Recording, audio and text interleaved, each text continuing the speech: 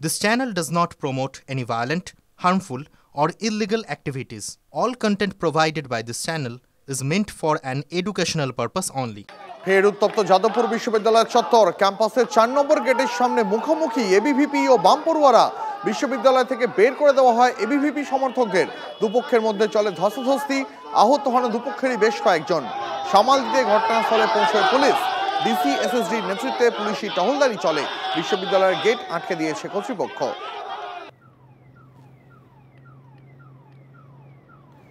আপনারা সেই ছবি দেখতে পাচ্ছেন। সংঘর্ষে দুপক্ষেরই বেশ কয়েকজন আহত হয়। বাম ছাত্র সংগঠনের পতাকা খুলে দেয় এবিভিপি। দুপক্ষের মধ্যেই চলে ধস্তাধস্তি, আহত হন দুপক্ষেরই বেশ কয়েকজন। সামাল দিতে ঘটনাস্থলে পুলিশ পৌঁছায়। ডিসি এসএসডির নেতৃত্বে পুলিশি টহলদারি চলে।